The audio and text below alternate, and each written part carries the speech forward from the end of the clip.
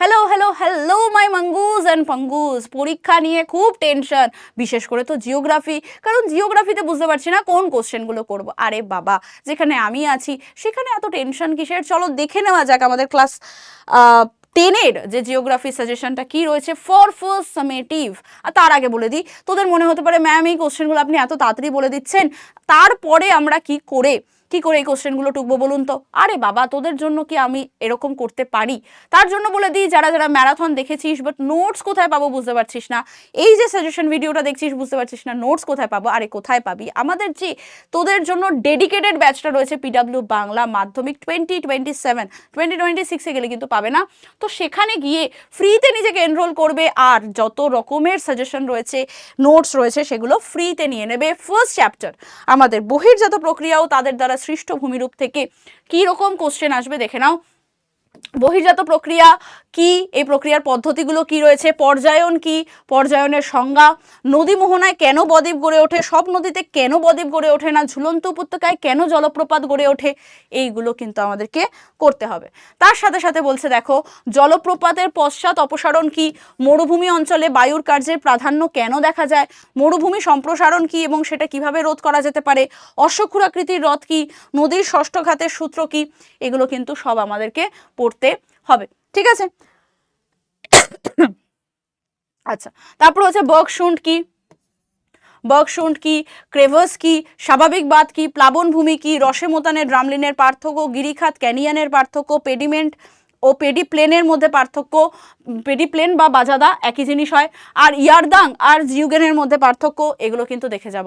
তারপরে হচ্ছে 5 নম্বরের মধ্যে দেখব নদীর ক্ষয়কার্যের ফলে সৃষ্ট ভূমিরূপ, নদীর সঞ্চয় কার্যের ফলে, বায়ুর ক্ষয়কার্যের ফলে, শুষ্ক অঞ্চলে যে বায়ু ও জলধারার মিলিত কার্যের ফলে, অ্যান্ড হিমবাহের ক্ষয়কার্যের ফলে। এগুলো কিন্তু এইবারের জন্য ইম্পর্টেন্ট। সব থেকে বেশি আমার যেটা মনে হয় সেটা হচ্ছে হিমবাহের ক্ষয়কার্য এবং নদীর সঞ্চয় কার্য হচ্ছে ইম্পর্টেন্ট। চলো দেখে নেওয়া যাক আমাদের পঞ্চম চ্যাপ্টার, হ্যাঁ না, আমাদের পঞ্চম চ্যাপ্টার থেকে কি কি কোশ্চেন আসতে পারে, মানে আমাদের হচ্ছে প্রাকৃতিক যে ভারত রয়েছে সেখান থেকে। পূর্বঘাট পশ্চিম ঘাটের মধ্যে পার্থক্য, মালনাদ ময়দানের মধ্যে পার্থক্য, উত্তর ভারতের নদ নদী দক্ষিণ ভারতের নদ নদীর মধ্যে পার্থক্য, বহুমুখী নদী পরিকল্পনা ওর উদ্দেশ্য, পশ্চিমবাহী নদী যেটা নর্মদা তাপ্তি সেখানে কেন বদ্বীপ গড়ে ওঠেনি সেটা পড়বো। তার সাথে সাথে পূর্ব দিকের যেটা রয়েছে মানে পূর্ব বাহিনী নদীতে কেন বদ্বীপ গড়ে উঠেছে সেটাও পড়বো।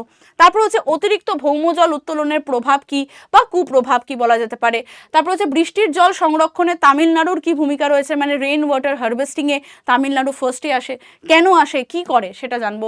মৌসুমী জলবায়ুর বৈশিষ্ট্যগুলো কি আছে, জলবায়ুর নিয়ন্ত্রক এবং জলবায়ুর উপরে মৌসুমী বায়ুর প্রভাব, এটাও কিন্তু আমাদেরকে পড়তে হবে। তারপরে এলনিনো লানিনা কিভাবে আমাদের মৌসুমী বায়ুকে প্রভাবিত করছে সেটা, করমণ্ডল উপকূলে দুবার কেন বৃষ্টি হয়, মৌসুমী বিস্ফোরণ কি, ক্রান্তীয় চিরহরিত উদ্ভিদ ও ক্রান্তীয় পর্ণমোচী উদ্ভিদের মধ্যে পার্থক্য, স্বাভাবিক উদ্ভিদ থেকে এই দুটো হচ্ছে খুবই ইম্পর্টেন্ট। তার সাথে সাথে হচ্ছে আমরা পড়বো ম্যানগ্রোভটাও কিন্তু পড়ে রাখবি, হ্যাঁ না, এখান থেকে ম্যানগ্রোভটাও কিন্তু পড়ে রাখবি। তার সাথে সাথে হচ্ছে দেখবো সামাজিক বনসৃজন কি, অরণ্য সংরক্ষণের কি ভূমিকা রয়েছে, ল্যাটেরাইট মৃত্তিকা ও ম্যানগ্রোভ উদ্ভিদের অবস্থান, এগুলো দেখবো। তারপর হচ্ছে পাঞ্জাব হরিয়ানাতে কেন কৃষির এত বেশি উন্নতি হয়েছে সেটার 3টে কারণ এবং কৃষির 3টে যেটা রয়েছে। আচ্ছা, এই কৃষি অনেকের রয়েছে অনেকের নেই, তাও বলে দিচ্ছি। কৃষির 3টি প্রধান সমস্যার মধ্যে কিন্তু আমরা মেনলি মৃত্তিকা, জলবায়ু, এই জিনিসগুলো যখন আনবো সেটা দেখবো। ঠিক আছে, এটার মানে কিন্তু নয় এটা যে কৃষির থেকে কোশ্চেন আসছে। তারপরে আরেকটা হচ্ছে যে ভারতের যে পশ্চিম হিমালয় ভূপ্রাকৃতিক বৈশিষ্ট্যের বিবরণ দাও। তারপরে হচ্ছে আরেকটা জিনিস জানবো, সেটা হচ্ছে ভারতের যে হিমালয় রয়েছে সেটা প্রস্থ বরাবর অ্যান্ড দৈর্ঘ্য বরাবর যে বিভাজনটা সেটাও কিন্তু আমরা দেখে যাব, সেটাও আমরা দেখে যাব।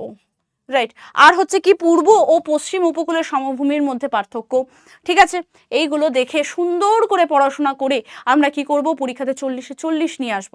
ঠিক আছে, আচ্ছা, ততক্ষণ পর্যন্ত আমরা কোথায় যাচ্ছি, আমরা কোথাও যাচ্ছি না, আমরা এখানেই থাকছি, ভালো করে পড়াশোনা করছি। সেকেন্ড সামেটিভে দেখা করবি আমার সাথে, ততক্ষণ পর্যন্ত বেস্ট অফ লাক, যতগুলো পরীক্ষা আছে খুব ভালো করে দে, ততক্ষণ পর্যন্ত টাটা।